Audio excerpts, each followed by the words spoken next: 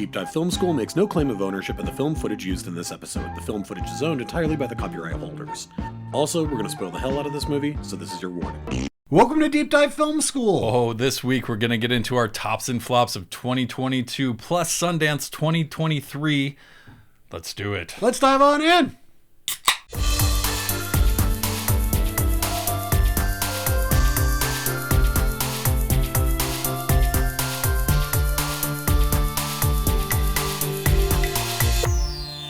Everybody, I am Adam Sherlock. And I'm Adam Palcher. And if you like what you see/hear, please like and subscribe. You can find us in all the spaces and places that people what? Find good media, Sherlock. That is right.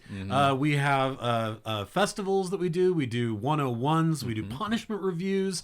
We do that one scene, which we'll be doing one next week. But for this week, what are we doing?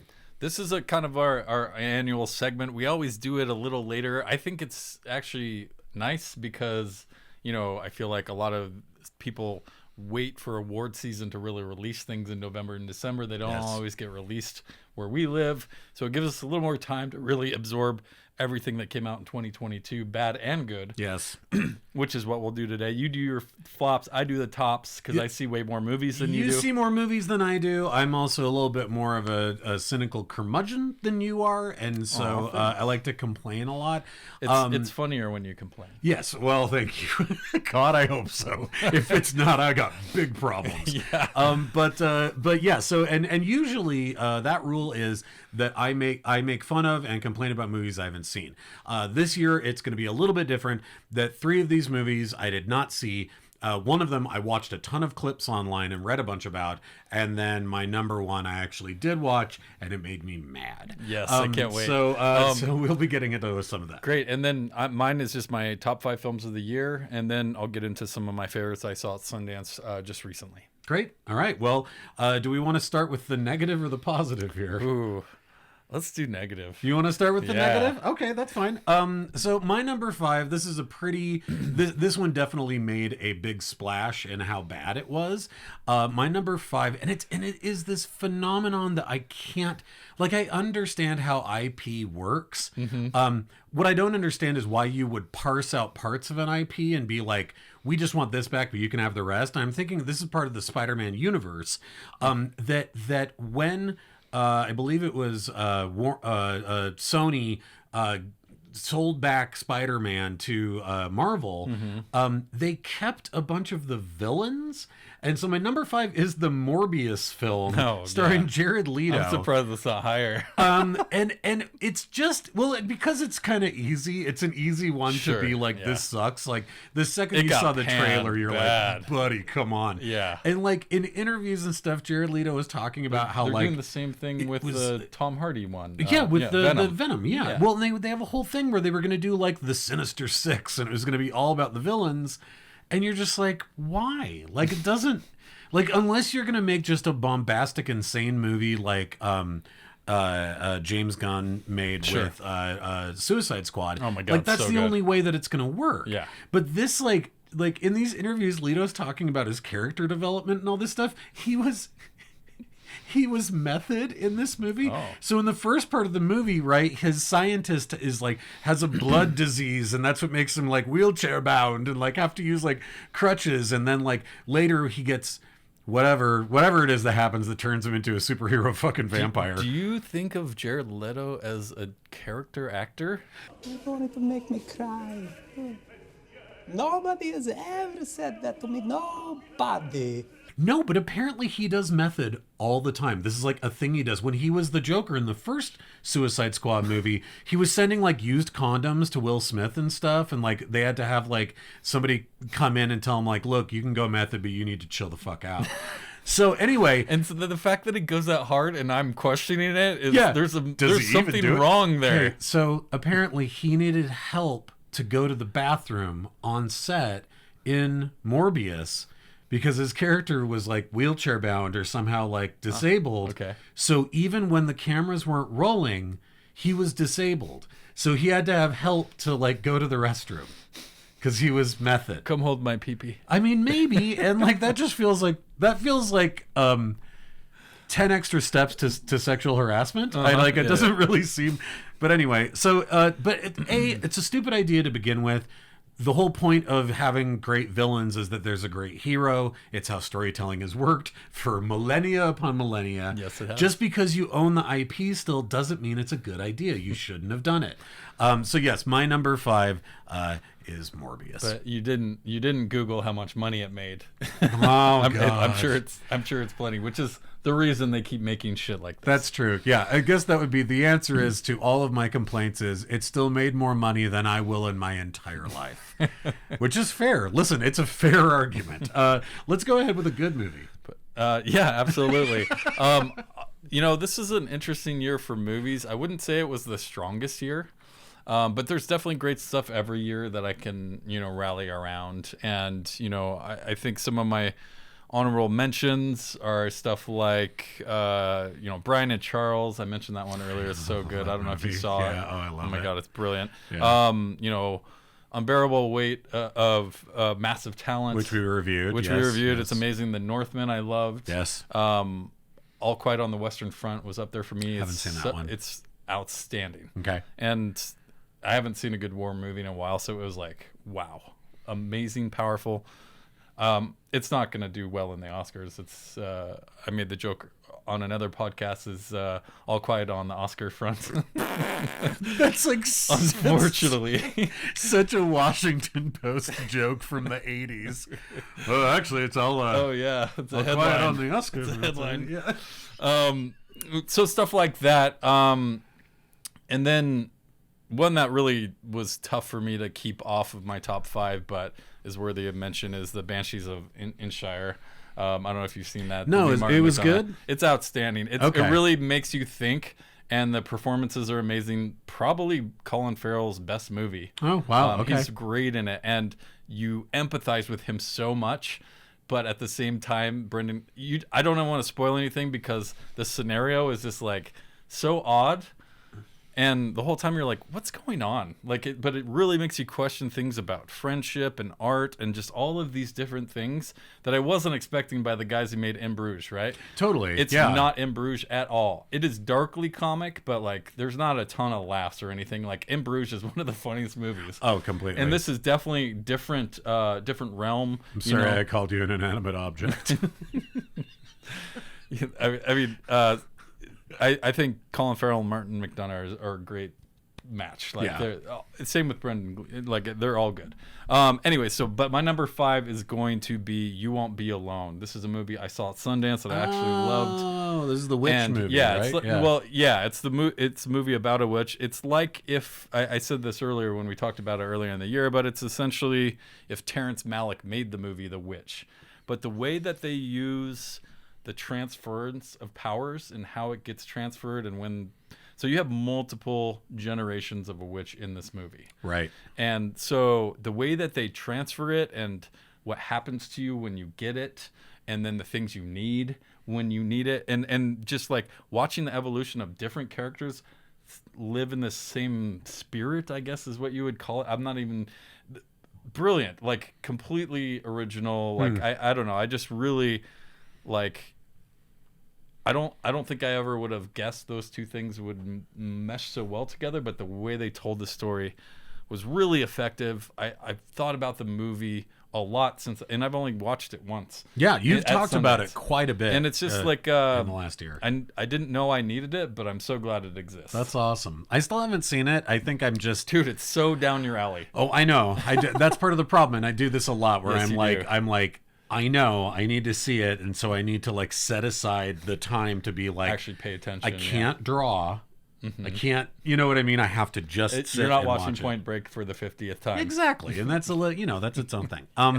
Okay, so on to my number 4. My number 4, again, I mean, this also kind of goes to the IP problem quite a bit. Also, to some degree, you know how big of a fan I am of Stephen King. Yes. Too often, I think that people get a hold of his material, and there's this sense of like, and this happens a lot with when you adapt comic books or video games also. Mm-hmm. And I have a real sore spot with this, which is if it's genre work, too often the person who gets a hold of it is like, this is going to print money no matter what we do. And then they end up making something weird like I don't know, Masters of the Universe with Dolph Lundgren, where you're just like, you didn't even use any of the stuff that's what people liked, right? Yeah. And like they did that with the Stephen King adaptation of The Dark Tower, right? Where they're like, oh, it'll be Idris Elba will be the gunslinger, and I'm like, did you read the books? Like, it's all about how the gunslinger looks exactly like Clint Eastwood and has like piercing blue eyes. I mean, I like Idris Elba, but like, Yeah. you fucked it up, right? And they did the same thing this year with Firestarter. Like, it's such an interesting book. It's an early book of King's, and it's really about like, you know, if you did have someone who had a mutant power in real life, what would they actually be like? And it's like, well, they would have lots of problems, and like there would be emotional scarring from the time they're a child, and that's the story of Charlie, right? Which in the original one, Drew Barrymore, Yeah, right? I was gonna And say they already have a template to go off of. totally. What's the problem? Well, and like that whole original story of the trauma of like that from the time that she was an infant, she had this ability to light things on fire. She, you know, killed her mother. She burned down the house. Like her father has, you know, scars on his body from these fires that she's created. Instead, when they remade it this year, the dad is Zac Efron, which I'm sure the guy's a nice guy in real life, but he's a tool. Like, I'm sorry. He's just when you see him, I'm just like, you're adorable. Yeah, you're a really good looking guy. Like, you know what I mean? But there's no part of me that's like, oh, this poor dad has this daughter who can light fires. I'm like, it's Zac Efron and some little girl in a movie with CGI fire in it. Like, there's no way you can't go Baywatch. Joe Berlinger made a movie about Ted Bundy, and he played Ted Bundy. I know. And I'm like, A, you should have got Dennis from It's Always Sunny, and B, the guy, dude, what's his name? Yeah, I know who you're talking about. Anyway, he was built to play Ted Bundy. Like, if you're ever gonna, anyway.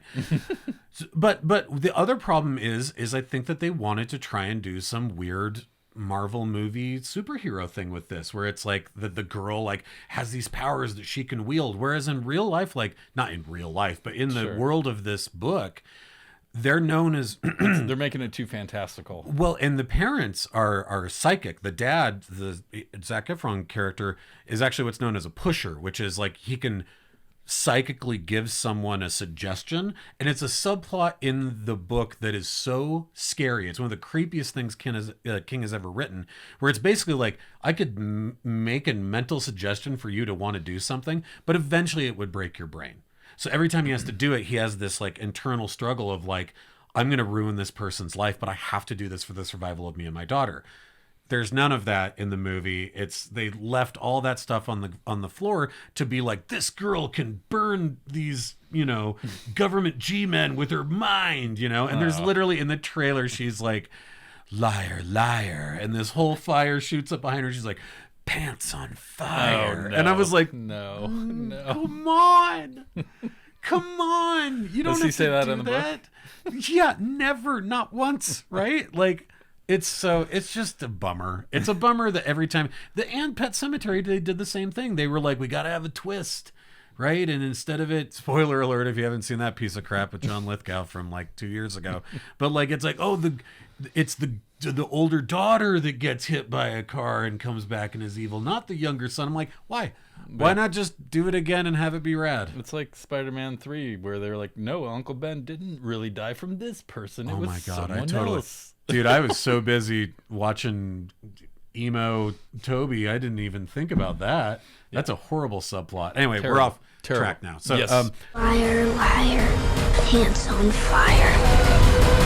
My number 4 is the somewhat animated movie Marcel the Shell with Shoes On. Have you seen this? no, is it good? Because I loved the shorts, but when I saw the trailer for the movie, I was like, isn't that like 6 years too late? I didn't know what the original thing was. Oh, it was like an internet. So it wasn't for me. Yeah, it was an internet series of shorts. I loved them. They're adorable, but I was like, oh, I didn't. Not many movies this year made me feel the way this one did. It made me laugh. It made me like out loud laughing, like hilarious. Made me cry multiple times. Really? Yes, it is that good of a movie. I hope it wins Best Animated Film. That makes me so happy. But it's so adorable and it's so innocent. And you know it's basically Marcel and the guy who's making the documentary, but the whole time he's like, I don't want to be in the documentary. I'm not the subject. You are. And it's Jenny. What is Jenny the... Slate? Yeah, Yes. Jenny Slate. She's amazing. She's incredible. And I don't yeah. even know what they did to her voice exactly because there's no way it's her real voice. Anyways, A24 does it again and just knocks it out of the park. It's a beautiful film. Like, I walked away just being like, I love that. That was so... It just made me feel good. In multiple ways. I don't want to spoil anything because it is like an inspiring story about this fucking shell with shoes. Yeah, with the little shoes and the weird little But blinky. his googly eyes. perceptions of the world and questions he has, just highly recommend it. That makes me so happy because I loved those shorts. Great. And I did think when A24 did it, I was like, is that? Because it did. It took him a long time to kind of get there. I remember seeing the shorts in like 2014 or 15. Yeah. That's amazing. That makes Awesome. me so happy. My number 3, I don't have a lot to say about it other than it's a sign of the times of how cynical we are as a society, that just having your run-of-the-mill, what you would find in an old issue of National Geographic, dinosaurs be alive right now, I know where isn't you're going enough. here. I know where you're going here. It's not. We're in a day and age that's not enough. I mean, it wasn't enough when they did Jurassic World, and they're like, now we have the Megalopolis dinosaur that's like all dinosaurs put together. I'm like, dude, it's not a Saturday morning cartoon. Yeah. Like the original Michael It's Crichton. not fighting the Ninja Turtles. Yeah, It's exactly. fucking- Like the original Michael Crichton book was really interesting because it posed this idea, right? Yeah, of yeah. like, what if they did it? And it's this 8 mishmash. movies later, you're saying that message that got lost? Fair enough. I will say that this movie, like the whole premise, jumped the shark after the second movie. Oh, yeah. I But- mean, yeah. But not to the degree that this thing did. The fact that at one point there is a plot point where a little girl who finds out she's a clone. She's been cloned using the same technology they used to make the dinosaurs. Did you watch some of this one? Is this the one that I've made done you mad? no. I've done a bunch of research though. She lets the dinosaur. They've like trapped the dinosaurs. Like the threat has been neutralized, and she like goes over to the big red button on the wall and is like, "Boop," that lets them all go again because she's like, they should be free, like me, because I'm like them. We're all clones, and I was like, "Fuck you so much." Well, and they That is really so blatantly play on your stupid. nostalgia by bringing back all of the people from the original movie. I mean, right? dude, that's Jeff what Goldblum signed up. It's got to be good. the last 5 years has literally just been like carting out the old runny Madame Tussauds wax mummies of all of our favorite actors from our favorite franchises of the 80s and 90s, because they've done it with Blade Runner and they've done it with Star Wars and they're doing it with Jurassic Park. I don't know what's left.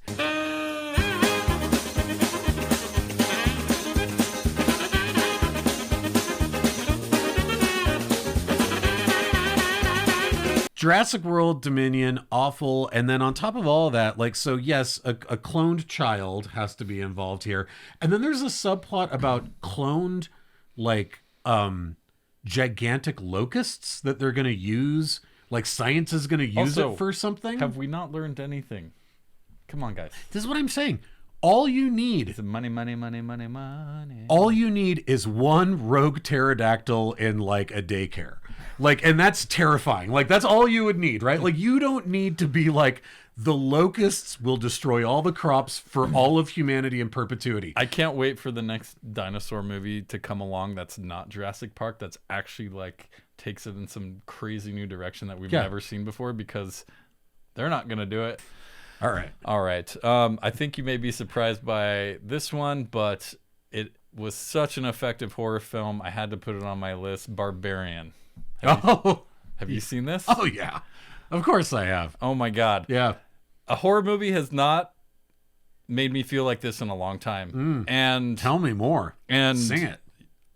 it's this odd movie. Like, the tone is really weird through the whole thing, but Yeah. I think they're trying to do that because they're making it seem like it's going to be like this guy gets the same Airbnb booked, and it just seems like too much of a coincidence, and he's going to kill her somehow or torture her. Oh, man. Or whatever. So you think you're watching a certain kind of movie. And And then once you get downstairs and there's a House of Leaves type shit going Yes. on down there. Oh, that's a really interesting. Where person, yeah. where you're just like, where this keeps going. So they take the extent of someone like I'm totally spacing her name right now, but the lady in The Conjuring who opens, the classic trope of opening, there's dark stairs down there. Yeah. They multiply that by like 50. It just keeps getting darker and you're and just darker. like, why would you keep going? Yeah, Stop you going. keep going. Well, but it turns into something that genuinely scared me. Sure. And just took it another place that I wasn't expecting. It was an absolute delight to watch.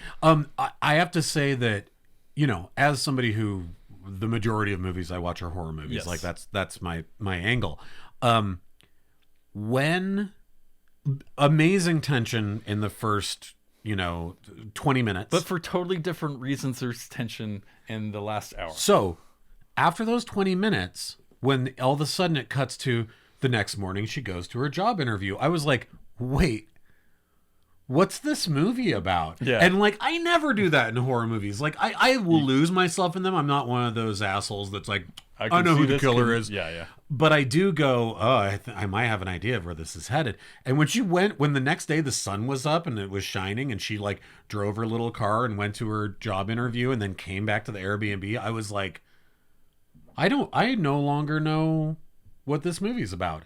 And then quadruple that once we get to Justin Long, I was like, okay. Oh, yeah. What is possibly happening in this Absolutely. movie? Yeah. Like, it was two big curveballs. You're just like, what? What Isn't is that this? fun? The fact they pulled it off, I had so much fun. I was genuinely like, movies don't usually just like scare me. Maybe there's a jump scare that'll get me, but like the whole time I was just like clenching and like my fists were tight and just like it was an immersive experience that I was not expecting. I thought it was just kind of some fun, clever horror movie, which it is. Yeah. But it went levels that I wasn't expecting.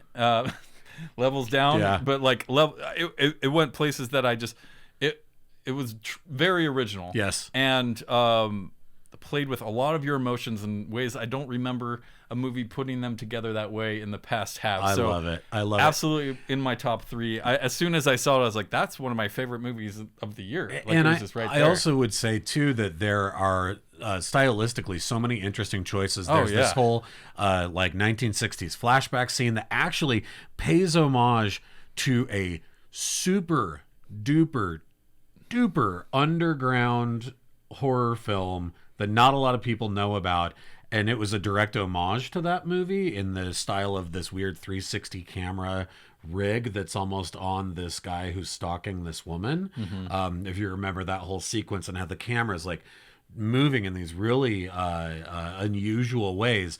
Turns out it was a direct homage. So like this guy, even though the director has only made one other movie before this, which was like a TNA goofy Really? like college romp movie. Well, he's one of the guys from The Whitest Kids You Know. Oh, okay. That's who the director is. And so like that's the only other directing credit that he has other than episodes of that sketch comedy. And so the fact that his knowledge, his horror chops go that deep that he's paying homage to basically a band, I don't know if it was a German or Czechoslovakian film, that's the reference for that whole flashback sequence, makes me just go, that's amazing. Like, that's so cool to me. So yeah, he knows his stuff. Yeah, it surprised me. It was original. It scared me. And those 3 things don't usually happen all at once. Yeah. So it was just a delight to watch. That's I love it. I love it. was Yeah, a I ride. really like that movie. Good. I thought you might. My number 2. There's been a lot of Pinocchio movies in the last couple of Oh, years. yes, there has. This Disney Pinocchio film, The one with Tom Hanks? Jesus, dude. I mean, the thing is like, I have not been a fan of any of the remakes that they've done, these supposed live action, which you're really like, how much is live action? Like in the Pinocchio one, there's a whole sequence that's just like a fox and like, I don't know, a pig, and then Pinocchio, all just obviously CGI'd, and you're like, so that's not live action. The whole Lion King, nothing in that was live action. It's all, you're like, The whatever. Disney remakes they're terrible and Yeah. need to go away. But- just because there's no... yeah, I mean, we've talked about Yeah, you just Aladdin cash, before. Yeah, you you know. cash them back in. And it's just not good. However, I will say with the Pinocchio one, there's a handful of like especially egregious things. Like at the very least, I can say, as dumb as the Jungle Book remake was, Bill Murray's performance was kind of cute. Yeah, no, there's Him as Baloo was actually like, that's it. I like that. And even the Christopher Walken Excuse me. orangutan was kind of funny. I was like, yeah, okay. Yeah, no, there were. That one is probably the best one. Yeah, and like so those little like acting stunt things are kind of cute. Tom Hanks is so bad. It's so bad, and part of it's because now that we're adults and it's like it's not the 1960s or 50s or whatever, the stranger danger idea of a lonely old man building a wooden boy is like, you can't make that wholesome and sweet anymore. So him just being like, I'm a boy, Pinocchio. And then the fact that like, then this is the movie I did some of the most research on. There's a whole sub thing about how Pinocchio is supposed to be like pine, like a pine tree, like that's the kind of wood he's made out of. And I don't know if that's original to the story, but literally Tom Hanks' character says it like 4 times in the movie, and I'm like, don't stop saying that. And that he has a dead son. That's why he makes the boy. There's a little the justification. Yeah, I thought so. I don't remember. I love the original. I mean, that's one of the best It's Disney completely animated films of all time. So I wouldn't say excited because I was just tired of these remakes. And when was the last time? I mean, we've watched Tom Hanks most of our life. When was the last time he had a bad movie, let alone 2 bad movies in 1 year? I mean, and maybe it's just bad timing because him and Elvis is just as painful. But you and I also talked about very recently with our buddy Fuzz. That's right. That when Tom gets to put on some kind of face prosthetic, all of his acting chops go right out the window, and he turns into like Roberto Benigni. Speaking of Pinocchio. So that's part of the problem, right? And we talked about that with Cloud Atlas, is that it's like, I mean, that's one of his really bad performances. Now, a couple more things here. Do you know who the voice of Jiminy Cricket is in the new Pinocchio? If I was watching it, I could probably tell you. You wouldn't be able to, because all you would know is like, whoever that guy is, he sucks. And he's trying to do that like, oh, whoa, whoa, like, or whatever, right? That's Mickey Mouse, but yeah. But it's basically, whatever. Who is it? It's Joseph Gordon-Levitt. Oh, yeah, I did look it up. Why? Yeah. It's so unintentionally funny, because you can just, like, every line he does, you can picture him in the ISO booth, like, like, trying to be, it's so embarrassing.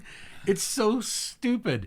And like he just has one line after another that is just awful. But the main coup de grace, the worst egregious sin that this movie does, is that in the end, the Blue Fairy, unlike what we learned in AI, the Blue Fairy does not turn Pinocchio into a real boy. That's right. She just tells him, "You're alive. You're true of heart.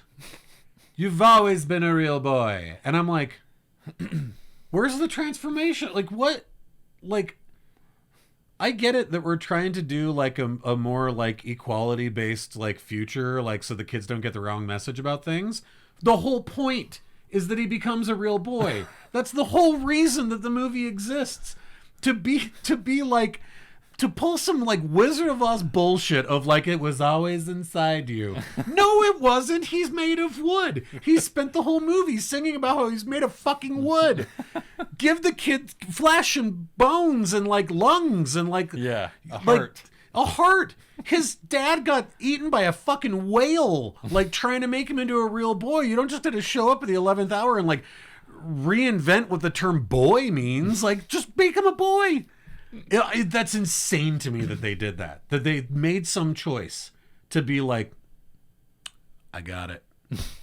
I got what we should do. Bit of a twist. They won't see this coming from a 90-year-old movie or whatever. Like, that's insane to me. Absolutely. That's so funny. How do you not turn him into... And then they made the giant whale into, like... Because its name was Monstro, it's literally like a sea monster. Mm-hmm. It has, like, tentacles and shit. I'm like, just... Make it a whale. Stop. It can be a whale. Its name can just be Monstro. Like, it might confuse some people, but they probably shouldn't be out in public anyway. Fuck. hell of a rant. God, it makes me. Okay. All right, well, I can't wait to hear your number one. Sorry. Oh, also, he uses his nose as a superpower, like rather than like it. And if he says if he's lying, yeah. It gets bigger, but then like that's how he gets the key to get out, and then if he says he's sorry, it goes smaller again. I'm like, it's not. Yeah, it's not Wolverine's claws. Like it's supposed to be it's a way of talking about how lying is bad. It's not like I can attack him with my giant nose. You know, the world is flat, and then it gets big enough that he can beat up a bad guy. Like that's funny. Fuck. All right. Sorry. No, great. So this is what we signed up for. Sorry. All right. Going on to my number 2. I think these next 2 will be pretty obvious if you know me. This one was just a movie that was made for someone like me. Okay. Pretty specifically, but it is The Fabelmans, the Steven Spielberg movie about, hey, the guy who's so good at coming of age movies, let's make a coming of age movie about you. Yeah. And he rebuilt his entire house. Wow. And when he walked in, there's like interviews of him walking into it, just being like, "Oh my, like what is happening here?" Oh. But it's his homage to movies, similar to say maybe like Scorsese with Hugo or something like that. Maybe that's a little less personal, I would say, because that's following a different story. But this is like his era. This is a kid with his first camera, the whole 9 yards. Like going to see movies and wanting to buy his own camera and a train set so he could wreck it. Like all of these things that just make you love movies, or me particularly, but as a white guy, grew up loving movies and had very, very similar experiences shooting movies with my friends and shit like that. And then it's Spielberg talking about his way of doing it, and also being Jewish in that time, and all of the discrimination that he received and his parents received. And they had a very interesting household setup. With her uncle, and then the mom, who is amazing. Michelle Williams is amazing as the mother here, but she's like this overly artistic person, but his dad's like this really smart scientist who has all these patents and more stuff. Analytical, and that's Paul Dano's character. So just amazing acting and just a beautiful movie. Obviously, like for someone who's been making movies as long as he has, easily his most emotionally available and personal film by a mile.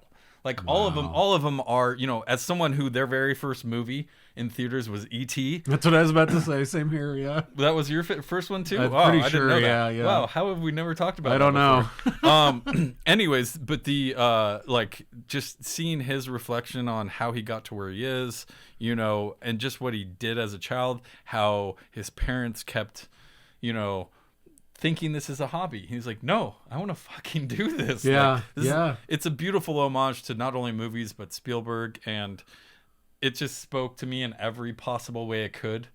And it had me gushing. I was just like, this, like I said, it's made for me, a movie geek who grew up watching Spielberg and loving movies and wanting to make movies very similar. It's just like it's too hard to keep off of this list. Right. So that's so cool. I definitely need to check it out. You need to. It's one that I definitely have on my radar. My number one, as I said, I kind of broke my own rule. Usually I talk about movies I never saw, but just like maybe did a little research about. This one I felt like I had to, I almost hate watched it knowing that I wasn't going to like it. Mainly because like things about the movie wouldn't stay off my fucking feed, man. And it's Don't Worry, Darling. Oh, okay. I was thinking it was 80 for Brady. You know what that is, though, right? Yeah. Oh my god. No, Don't Worry, honorable Darling. Mention, though. Yeah, honorable mention. Very much so. Very much so. That's so funny. No, but Don't Worry, Darling is. I haven't watched it. It's Harry Styles, Olivia Wilde, Harry Styles, like everybody. I'm not telling anybody anything that they don't know of, like all this garbage drama that had really nothing to do with the actual movie itself. Florence Pugh and that whatever. So because of all that stuff, and it's a real, I mean, it would have been a just okay episode of Black Mirror and probably a really good episode of like the 1960s Twilight Zone. But the moment that you go, oh, they're in like idyllic like 1950s suburbia, you're like, okay, are they robots? Are they living on the back of a giant turtle? Like, obviously there's some other thing going on.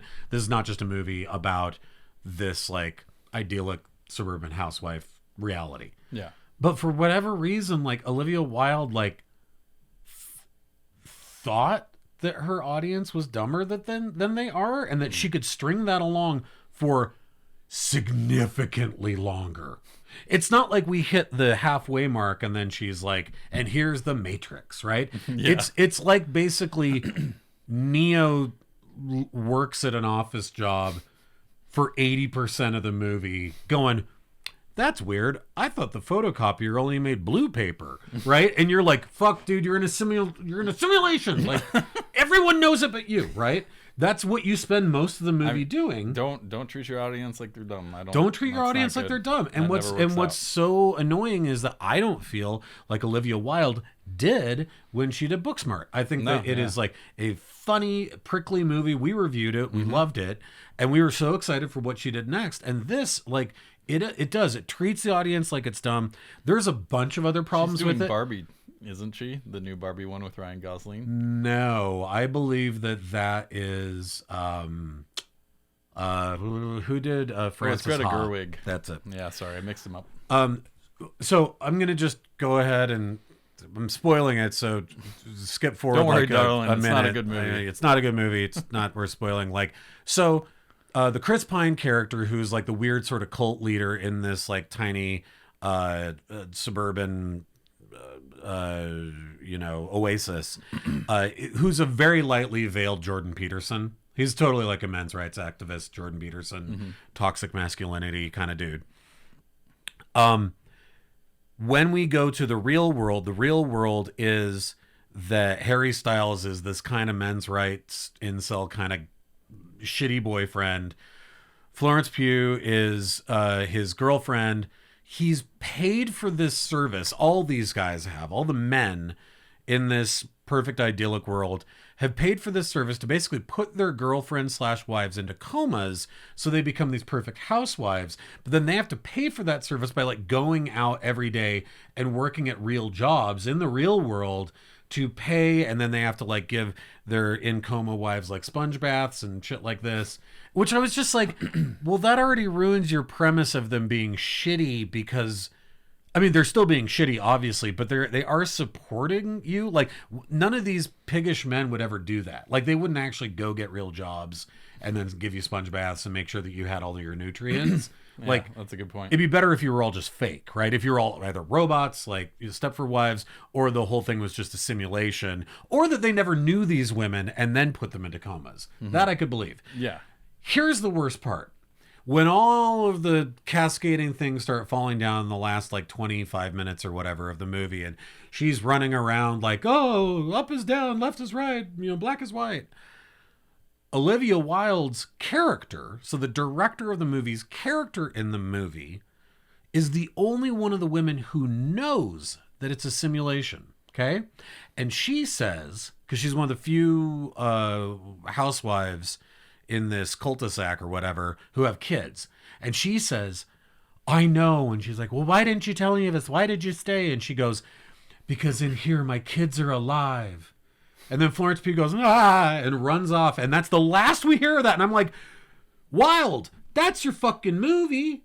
Your character that decided to stay in this men's right toxic world fantasy because in here your simulated kids are still alive, where in the real world they're not. That's your movie. And the character you played knew it. But you, the human being who made the movie, doesn't know it. You made the movie about Florence Pugh when your character has the actual interesting movie. That's funny. In their character, and we never revisit it. She runs away to like have an argument with Harry Styles, who can't act his way out of a wet fucking paper bag. And I'm like, Dude, that's so much more interesting movie is this Faustian bargain of I will stay here, I will stay with my toxic husband, I will be the happy housewife, I'll do whatever kinky stuff he wants to do in the bedroom, because in here my kids are alive, but deep down I know it. Or maybe even she only sometimes knows it and she's having like weird flashbacks. Sounds like a pretty cool movie, huh? Yeah, it sounds weird. It's not the movie. That's too bad. It wasn't on my list, and I guess it will continue not to be. It's not. It's fine. Like I said, if it had been an original episode of The Twilight Zone, might have been kind of cool. Yeah. But like there's been, I don't know, millions of movies made since then. Yeah. Easily hundreds and hundreds of thousands of them in the science fiction realm that are about augmented realities. Mm-hmm. So why would we ever believe that Harry Styles and Florence Pugh are actually living in that cul-de-sac? We would never believe it. Not for a second.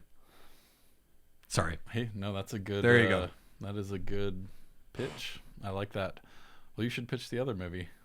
I mean, it's in this movie. And the director was aware of it because it was the character that she fucking played.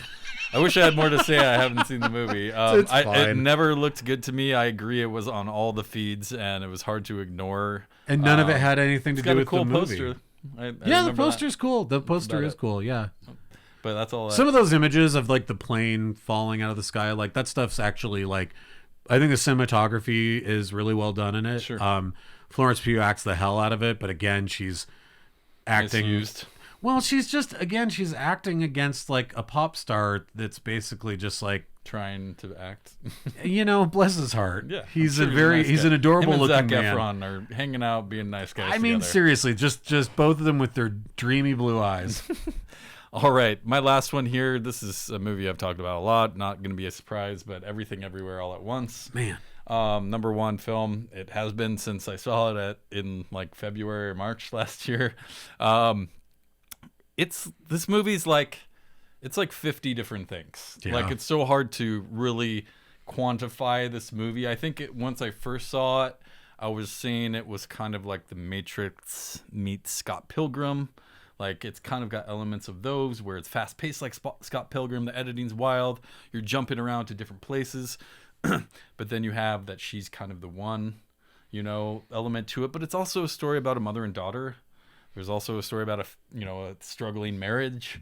It's also a story about like people with silly hot dog fingers, and also references to Wong Kar-wai. Yeah.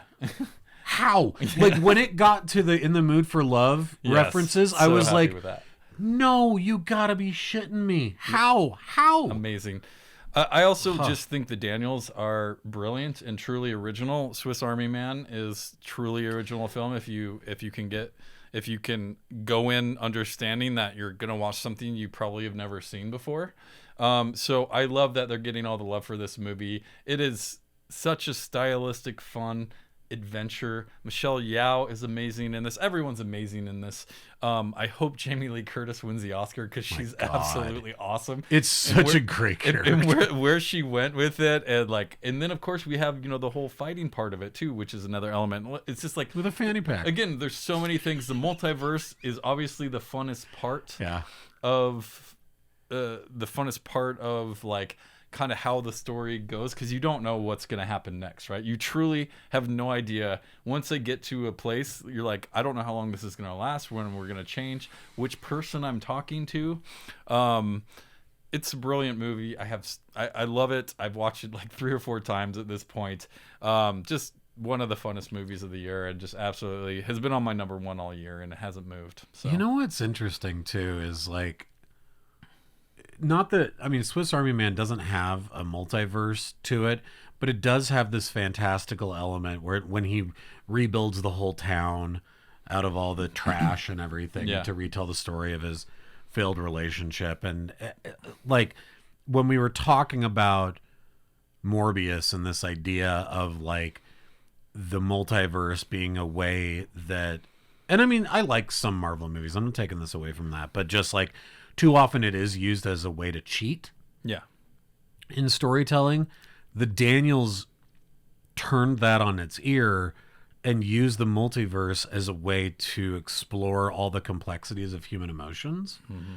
Right? And to really say that like even the very, very successful version of our one of our protagonists tells her, look, if it wasn't this and it was literally just at a laundromat and we were doing our taxes together, like, I would still be happy. Yeah.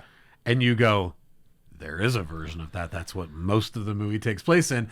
But again, he was saying it as a almost way to like say none of this matters. Yeah. Like none of it has to do with this. It's so cool. Their attention to detail too, and just understanding the worlds they're creating and all the little things around it has a little Wes Anderson to it, right? Like there's like you look at the details of like thinking of Swiss Army Man, the scene in the bus, you know, where they're riding in the bus and all the things are hanging down and you're just like, and they recreate this whole thing, but they do that like 50 times in this movie because there's so many different worlds that you're jumping back and forth with. And like you said, like they go places and give homage to certain things that you're not expecting. Yeah. It's just like a constant surprise of a movie. And again, even after the third or fourth watch, still, I you know, you forget half the shit that happened because there's so much. It's packed so in. packed in. Yeah. Yeah. It's like Wes hilarious. Anderson filtered through like Rick and Morty and a kung fu Totally. film. That's Like some kind of weird amalgam of all those things. No, But, that's great. No, obviously, so that one's getting a lot of buzz. I'm sure it will. I'm sure it'll do well at the Oscars. Yeah. Real quick, I want to take the last couple minutes and just talk about my Yeah. experience with Sundance this year. I actually worked for the festival this year. I was honored to work for the fest. I've been going for I think this is my 24th year. Wow. That's crazy. And I actually worked for the fest doing some video production stuff. And so it was really cool. I didn't get to see as many movies as I wanted to because you only get a certain amount being a seasonal employee. But as opposed to if I did it with podcasts, I could just crank them out. But let me just go through a small list, not really in any particular order here. Jonathan Majors, do you know who that is? Mm-hmm. He is he's in the new Creed movie. What else is he in? I'm trying to think. Oh, he's in Last Black Man in San Francisco. Big, burly dude. Yeah. Anyways, he plays a bodybuilder in a movie called Magazine Dreams, and his performance is just insane. But he's like obsessed with bodybuilding, this weird antisocial guy. He's going to be talked about. This movie will do well, I think. So Magazine Dreams, look out for that one in the upcoming year. There was a World Dramatic Competition film that came out called Mama Cruz that I absolutely loved. It's about this Spanish religious lady who like works at the church painting, you know, Marys and dressing them and doing all this stuff, very religious. And she's starting to learn how to use the internet on iPad. She accidentally sees porn and it like weirdly opens her eyes. And the whole rest of the movie is just like her becoming like this amazing, comfortable with herself person and like changing, you know, like understanding like, hey, like my husband's a dud. And you know what? I'm going to start loving myself. Coming of older age movie. Yeah, basically that's a great way to put it. 'Cause it really is. You don't see movies about coming of age this late in life. Yeah. And so it was like a weird pivot that I wasn't expecting in the movie. I was like, oh, okay, this grandma's going to be watching porn. Like, what's going to happen here? And it turns into this beautiful, like, self-realization story, you know, comfortable with her sexuality story, like all of these things. Wow. Great movie. Loved it. That's awesome. The next movie was Theater Camp. This is kind of like I heard it compared to Wet Hot American Summer. I would say it's more like Waiting for Guffman type of thing, but it's kind of like that mockumentary style. There's no like sit down interviews. You're just kind of a fly on the wall, but absolutely hilarious. You know, it makes fun of theater camp and camp kids, and you know, just like any other camp, or just especially a specific camp with drama kids. Oh God! Like the amount of stories. So 4 people, Benjamin Platt, I think, is one of them. 4 people. Molly Gordon was one of them as well. But these 4 people went to theater camp together and are still friends, and so they have all of these stories of all these things. But it's like a day in the life, kind of like a Wet Hot American Summer is. But they're at this camp, and there's all these traditions and stuff like that. It's just like a fun, hilarious, great movie that's already been purchased. It's gonna do awesome. That's great. But highly recommend that one. Cat Person was another one. This was in the premiere section that I got to see. This was it has I'm totally spacing her name. She's in Lock and Key, and she was the star of Coda. Anyways, she is one of the the main woman in this film, and Greg from Succession, the tall guy, is the opposite her through this whole movie, and he's just awkward anyways. Cousin Greg. And this movie plays with the gray area, with what women have to deal with just a normal guy or a potentially creepy guy. But it plays with the gray area on both sides like I've never seen before.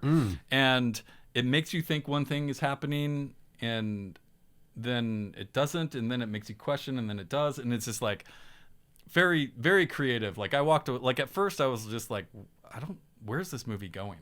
And by the end I was like, holy shit. Like, you made me feel a whole spectrum of things. Wow. Because you're like, oh yeah, this guy's nope. Oh no! Oh yeah, no. It's just like one of those like you're just, it's constantly playing with that, and like they kind of like Barbarian. You know, like they live in the gray area. Like his character like idolizes Harrison Ford, and he sees the first time. For example, the pop culture references in this movie are great, but they go to see Empire the first time, and the scene where Han kisses Leia for the first time is like it's the only thing he like. That's what he thinks romance is, right? Right. You know, and so there's just little things like. Anyways, they do a great job. I can't really. You just have to see it to understand. It may sound a little generic me explaining it, but like. You know, I guess we've seen like the promising young woman like revenge side of things, right? Yeah. This is a step further past that. Oh. And not from a revenge aspect, but I'm just saying the conversation. Right. So it's really interesting. It raises a lot of questions, and just really enjoyed that one. Last one I'll talk about. This is kind of a softball easy movie for me, but it's John Carney's new movie. Called Flora and Son. It has Joseph Gordon-Levitt, Jiminy Crick. Jiminy Crick. He's in it. But John Carney is the man who made Once, Begin Again, and Sing Street. Yep, Sing Street. So very similar story. You know, telling a story about music. With musicians creating music. Maybe at the beginning of the movie they didn't know how. Now they're rock stars or whatever, you know? Right. So he has his similar formula, which for me always works, and it's just as effective and great here. So those are awesome. Kind of my last ones there. I'm so glad that he's got something new coming out, because he's great. He was the original bass player for the Frames. Yeah. Yeah. Which is, and he writes all the songs, and of course, just like all of his other movies, the original songs that are in the films are what he's written, and obviously Glenn Hansard was part of that as well, that's how he got cast in Once and all that. But I'm so glad he continues to make movies, because I love the formula, because it's special, because it's coming from someone who actually knows about music and what the process of creating music is, and so it's much more genuine experience. Plus, his movies are funny as shit. That's what I was gonna say. Is it has that great sense of humor to it, for sure. Awesome. Well, next week we are going to get into that one scene from Spaceballs. I can't wait. So please like and subscribe if you haven't yet. Come along for the ride. We'd love to have you, and we'll see you next week. Bye, you guys.